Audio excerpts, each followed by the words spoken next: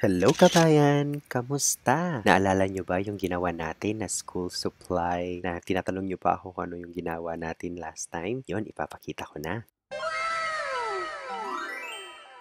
Wow!